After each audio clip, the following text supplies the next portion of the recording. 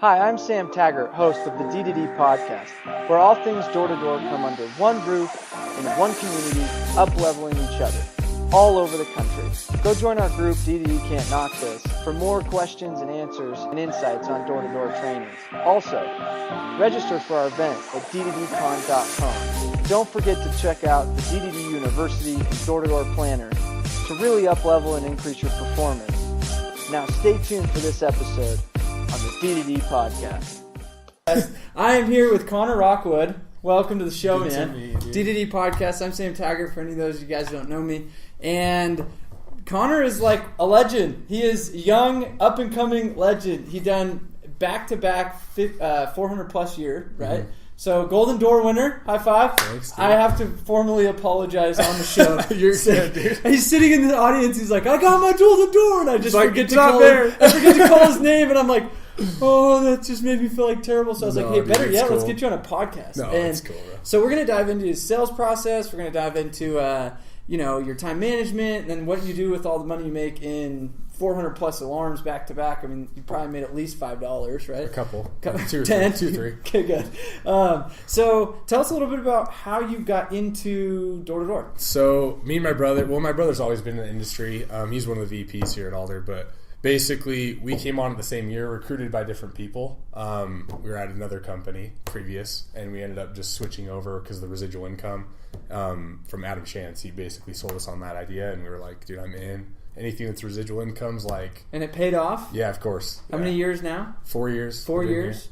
And your residual is bigger than $20 a month? A little bit more. They didn't than take that. it all? A little bit more than that. Just it's a lot more than what you think. I know, no, but what's crazy is like a lot of people like that's what makes it a unique is just kind of building the wealth and the long-term ownership For sure. instead of just the quick fix money, which is cool. Yeah. So your first year, how'd you do? I did 200, and then I did 300, and then I did 400 the last 2 years. Which is awesome. Yeah. Like congratulations. Thanks, man. dude. That's big. So We have something wrong with the sound, they're saying.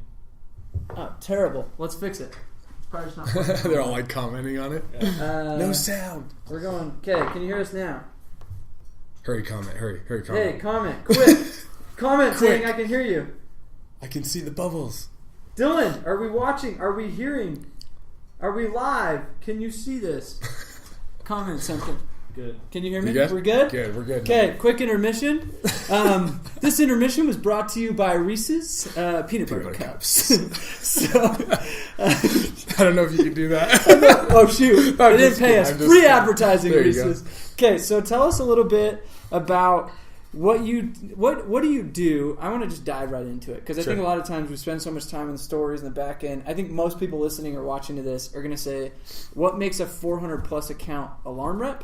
And if you're watching this, that's equivalent to 1,000 pest control. That's equivalent to, 6 guys in the industry basically hit that. 6 or 7 guys in the entire industry hit that this year, which is a big feat considering there's probably thousands of alarm guys. So we're talking, if you're listening or watching this is like top 0.001% in their field. He's talking it up a little bit. No, I'm just not. kidding. I'm just saying it's very hard to do. For sure. And I want to dive in. So, like, on average, how many would you do a day? 4 or 5. 4 or 5 every day. Yeah. And most people listening to this that do alarms probably never even have a 4-day. And you do it consistently. Yeah. Put things into perspective. So, a lot of people are probably wondering, what percent were fresh doors? What percent were takeovers? Depending on the market, I'd say usually it's like fresh door majority is what I've liked. Wait, I thought in order to sell 400, you have to do takeovers. I hate I'm not going to say I hate them. I know, but I'm I'm going to say I hate them, but way. I'm not a fan of them. I just don't like... Yeah, it's just it's a little bit more of a barrier, I feel like, that I have to overcome on a takeover. So I feel like new doors, I can have 0 barrier. They haven't really heard very many pitches because what do the top guys do? Takeovers. And so I just do the opposite of what the top guys are doing. And you can and I still get sell more 400. Obviously, dude. So I was the same way. That's why I felt like we connected. Because the problem was most people think like, oh, in order to be good, I have to do what these guys are doing. But it's definitely good to do both. It's for good sure, to know. be efficient at both. You probably have a really good door approach for takeovers. For sure. And yeah. if you see a takeover, you're probably like, oh, easy deal. But Yep. it's like the fact that you could master the fresh door made you so much more dynamic than the guys that are just sign hunting. Yeah. Exactly. I mean, the sign hunting is like, it's good to get your 1s and 2s a day. but you're never going to hit 4 or 5 every single day unless you're getting a bunch of names right next to each other, which is hitting a couple signs, selling all their neighbors, and then selling on top of that. Exactly. Is what I feel like the big numbers come in. And so you can hit 200 easy doing all takeovers, but you're never going to hit well, you might be able to hit big numbers. But you waste a lot of time driving around in your car hunting. But really, in your mind, you're not even there. Because Exactly. you're always like, oh, do I want to knock another door? It's like, no, you're out moving, and energy creates emotion. Yep. And movement creates emotion. So let's kind of dive into your mindset behind the doors, right? So, what do you do to mentally prepare yourself when you're out there in the summer, before the day? Small right? goals. Small goals. Super, super small goals. Something that Dane McCartney always said would be, focus on your little goals. So, my first goal is just to get on my first door. So I run to my first door, get out of my car. It's gone. My car's not there anymore. Do you have a certain time of the day? It's a sin. 2 o'clock, 2 o'clock, no matter what. No and matter it's what. moved up every year. So now it's 1:30. Okay. It's just going to keep moving up, I'm assuming, and going out later or staying out later. What's the last door? I knock till this sin if I don't stay out this long. I usually have to sell my last door. So it's if I'm not selling a door, if I'm not in a house when it's dark, I'm knocking on the door. I have to sell my last door because it's that's cool. something that Shands has always done. Sell my last door. I have to sell my last door. So let's hypothetically say it's 8:45. You're knocking. No. Now it's 9:15. I'll keep knocking. You're just especially my first couple of years, dude. I keep knocking. And why do you think that's so important? Because you're losing. You lose if you don't knock your last doors. If you don't end on a good note, you lost that day, in my opinion. Because you just gave up. There's a giving up point. It's 9:15. You're oh, it's kind of dark already. Let's just do pickups. Or I got 5 guys to pick up. You make up all these excuses, and you just lost because you let that win. And so if you let yourself win every single day, you finish your day off rather than being oh, I already got 4. I'm good. It's no, dude, I'm going to finish my day out so I can hit 5. Yeah. I don't care if I sold 6 today. I don't care if I sold 1 today. I'm finishing with the sale. Yeah, you got to finish it out good. I feel that's a huge issue. It's huge because then how much more excited are you starting the next day? Exactly. And you're starting on a high. Well, it depends on the rep too because you can end your day really, really well and then you're well, I have to do that again. And you know how that is after you do 6, 7, 8 in a day. Yep. You're shoot, dude, I got to match that. It's that's hard to match. It's no. Just do your day. That's why I said little goals. Your little goals is daily goals. Just what's your door goal, and then it's hour goal. Yeah. So walk us through that. So your first goal is you're going to get on the doors. You're running to my first door. And then what's your other little goals? My next goal is just to get into a house. So it's once I've reached getting into a house, or say I haven't talked to a person for an hour, I got to reset, start over on my goals again. Or say I sold one really early at 2 o'clock. I sold my first door, and I haven't gotten a house for an hour and a half. I haven't talked to anybody because some days you have those days where there's no one to talk to basically. So now I just need to get on talk to a homeowner or something that's a little goal that I can let's talk make to it them. Smaller. Once I talk to somebody, I'm okay, there's my momentum. I talked to a homeowner. Now it's I'm getting into a house. So it's talk to the homeowner, quick pitch, get in the house. Cool. So then this is an interesting question. You go 4 or 5 hours and haven't got a sale. What's going through your mind now? Doesn't happen anymore. That doesn't happen. You're so good that it's it doesn't happen. But cool. I'd say your first couple years, when you don't know what to look for in a house, who's home and that kind of stuff. Yeah, you have that happen occasionally. But I would say resetting, having a Shands' 3 breaths, okay, that's my reset. I'm going to go start over. My day's over again. What is that power of that 3 breaths thing? What does that do? How does that reset? Just basically saying once you can reset, your mind's back in it because once you get in that 4 or 5 hour mark of not selling, you're so negative and so you start bringing yourself down even more and you're I don't even know if I'm going to sell today. But once you reset, what do you do the next door? It's sold pretty much every time. And anyone that's good in the industry, if they know how to reset every door, they never have that 3 hour span of not selling. They never have talk to Adam Shands and ask him if he's had a 3 hour span where he hasn't sold. Yeah. No. It doesn't happen because he resets every door. He resets every door. And I think that's the issue is so many people, they let brick after brick just weigh them down. They let it happen after for no hours. after no Yeah. for 6 hours and they're Or just days. exhausted. Or weeks. So that 3 breaths, psychologically, what does that do? I would say it's just for him. That's his. Mine's I'm the best. I'm the best in the industry. I'm the best rookie, whether you're a rookie or experienced. Nobody can outsell me. I'm the best in the industry. You can say everybody wants it, everybody needs it, everybody can afford it. Just those self-affirmations, obviously. That's my reset. And once I can give all those affirmations to myself, my confidence level goes back up because I believe in them.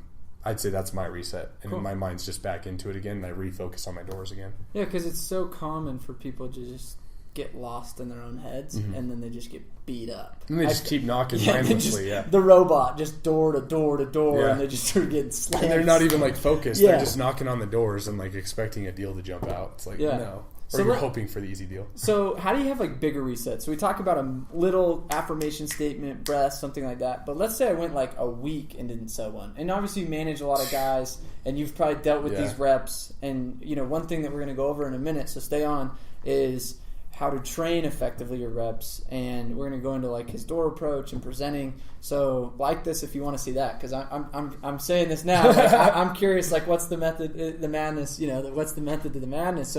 So my question is, if I'm a rep and I've gone a week, I'm just your rep.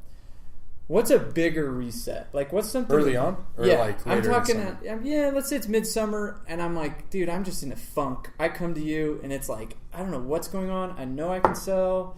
I know I can be good at this, but I'm like beating my head against the wall right now. Dude, honestly, I mean, usually have like, there's a couple reps that had that happen to them last year, and I think it's like them mentally checking out of like the grind, and they think they're burnt out. There's those excuses you hear all the time in management, and I think once you let that happen, like enter into your office, everyone starts being burnt out, and like, and that kind of kills your office.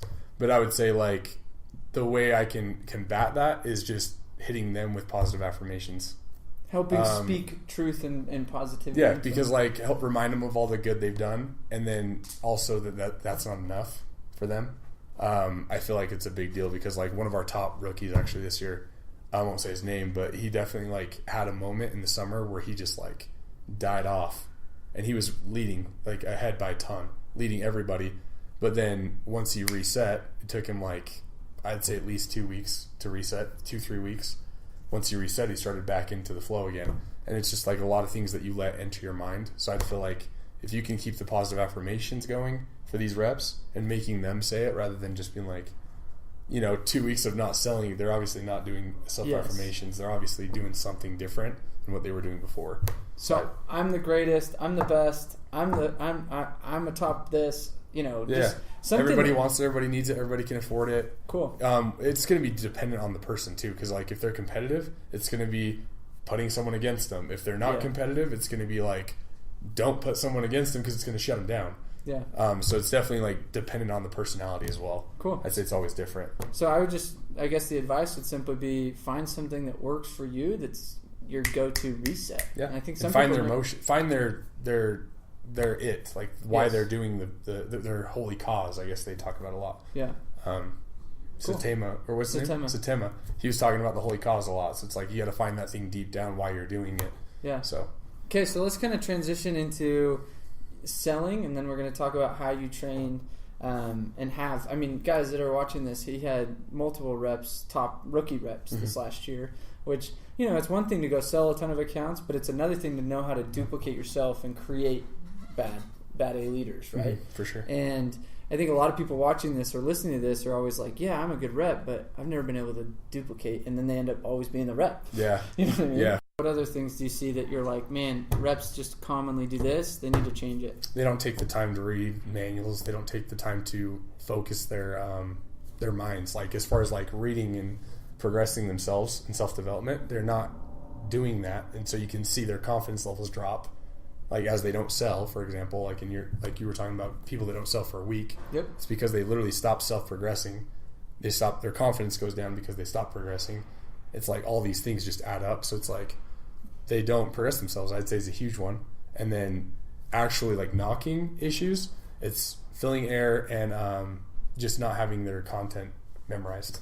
Yeah. Let's be honest. I mean, they just don't memorize what we're teaching them. It's the copy paste, right? Uh-huh. I'm sure you're not making this up. No, right? dude, I just copied Adam Chance. Exactly. It's like take the best. He's amazing. The best, and say, let's just do what he does. Seriously, and it works for you. Dave McCartney, all the best in the industry. It's like how many times do you find reps are like, no, but that just doesn't work for me? Every day, dude. Every day, Yeah. Dude. But it works for you. It just doesn't work for me. I'm saying exactly how you're saying. And what do you say to them? I'm like, look a little closer. Like, look a little closer. And I'll watch them do it. I'm like, okay, so you see how your body's not moving. You're not, when you're transitioning in, you're not swiping your feet. You're not looking down.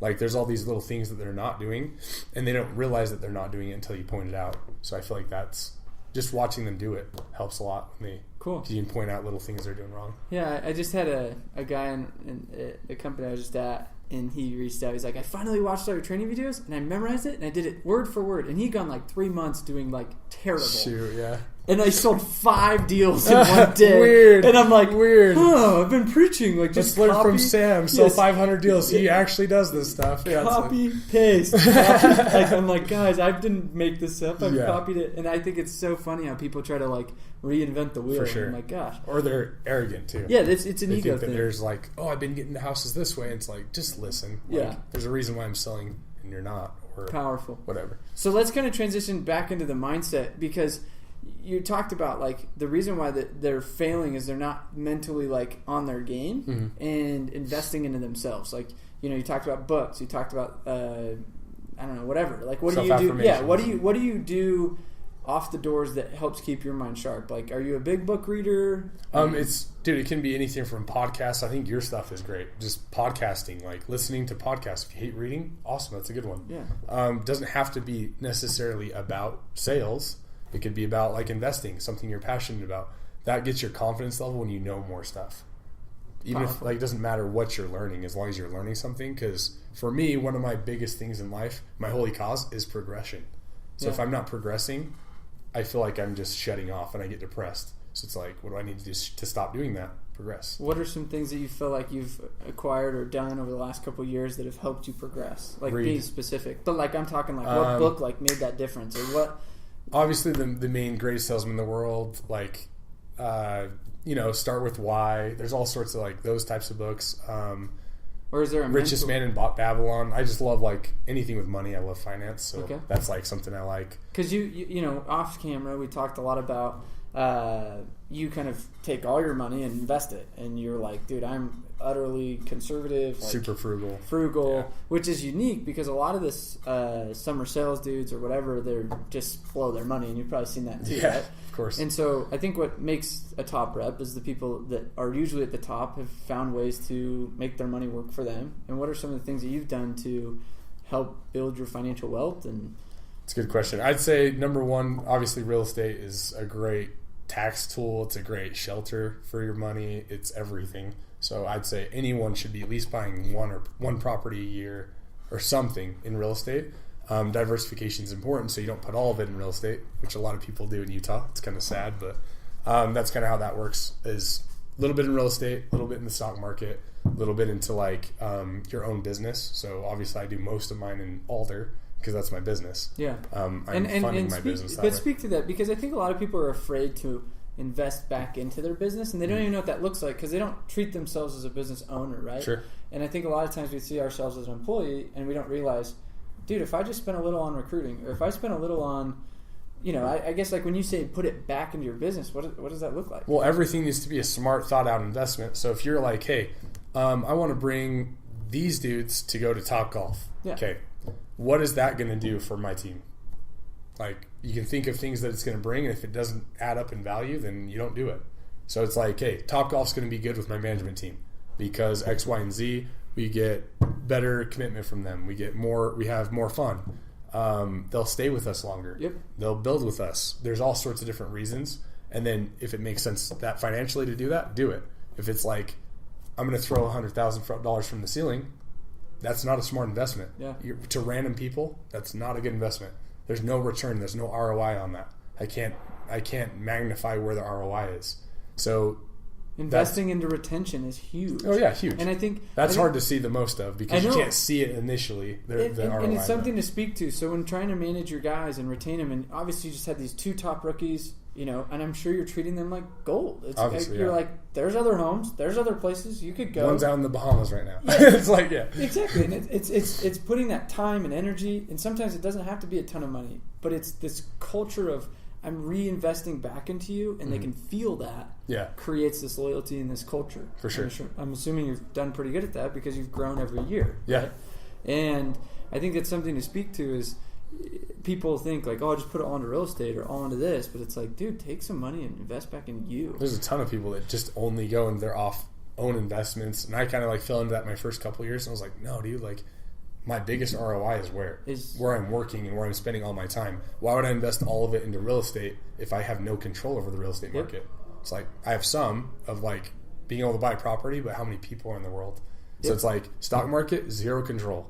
Zero control. So why would I invest a ton of money in the stock market? No. I'm going to go into what I have control over, which is my personal influence. Yep. And to build that way. And my ROI is a lot bigger than that. It's huge. And kind of one last question on investing.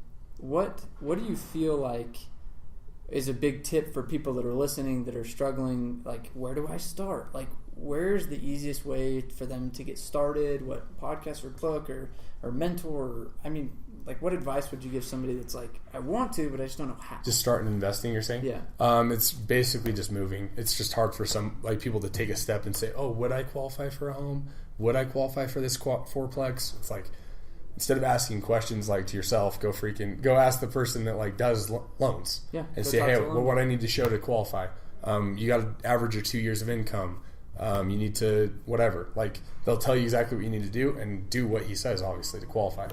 I think that's the biggest thing in this industry with investing into real estate and stuff is just like, I want to show nothing on my taxes or whatever. It's like, no, just bite the bullet, pay the taxes. You'll get way more ROI from there. But I'd say just doing something, like trying it, like try your investment. If it didn't work out in real estate, it will work out in real estate. At least, like, you know what I mean? At least a little bit. You won't lose that much if you go bad. But I think too many people get scared to start. And I think once you get started, it's way easier to be a lot more confident. Start with a Robinhood account and like put 10 G's or 5, put like $1,000 in like a safe.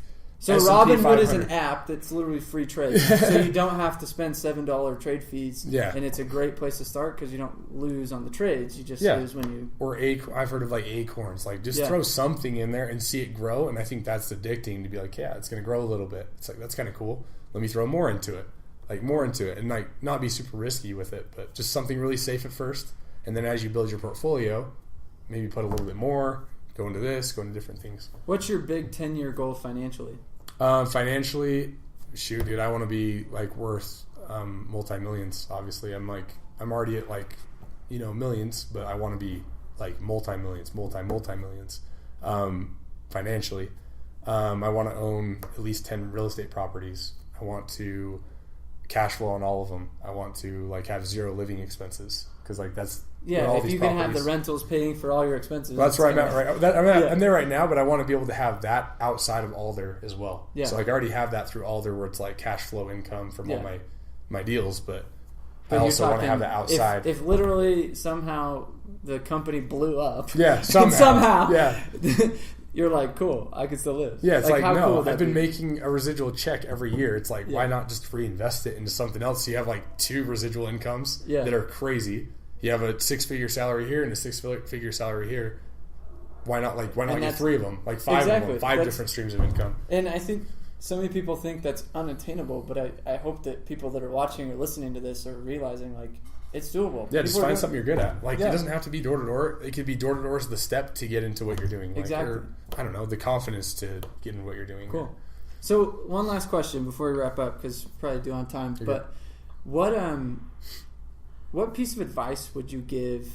Let's call it a first year rep. Let's just target. It's my very first year. I haven't even gone out for the summer. What would you tell that rep as he's about to leave for the summer for his first time? About to leave. I was going to say, if you just signed up, be loyal to whatever you're at. Don't bounce around. Pick your team and go with it.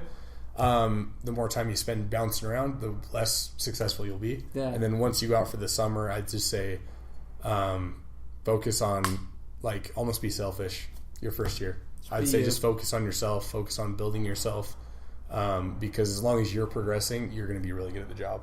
Yeah, I'd say that's good advice. That's my opinion because I feel like I just was super, super selfish with myself. I had no recruits, especially like your first year. You usually don't have very many buddies. Like you might have one dude come out with you, and just focus on yourself. Like sells is all that really matters in your life at that point, at that 3 months or 4 months. I think a lot of people get caught up in the office drama, and it's important to be a team player, but I think a lot of times it drags them down. For sure. Instead of just realizing, I'm on a mission to hit my goal. Yeah. And nothing will stop me. A little selfish. It's awful to say that, but I feel like if you're a little selfish with your time and like your energy is all focused on yourself, you will succeed. Because I think a lot of times they get distracted with the fun or the bros or whatever, right? They get in this mindset of like, I'm out here for fun versus I'm just out here to freaking dominate. For sure. And it's like, it's 3.5 months, like 4 months. It's like, that's not a lot of time to focus on one thing. It's like, I don't know if anyone served LDS missions. It's like, there's a reason why we go out of the country or out of the state and focus all of our energy on one thing. It's like, like you focus on one thing, you're going to progress and do well at it. Yeah, so 100%. Well, I appreciate your time, man. This is like, I'm like, I need to go rewatch this, and you kind of motivated me to go back into Lawrence. I'm like, let's go sell. Yeah, right. So if you like this, tag or share this. It's Connor Rockwood, and he's been super abundant. Add him on Facebook or whatever, but he is literally one of the best out there right now, and it's been a privilege to have you on the show. Oh, thanks, dude. Thanks,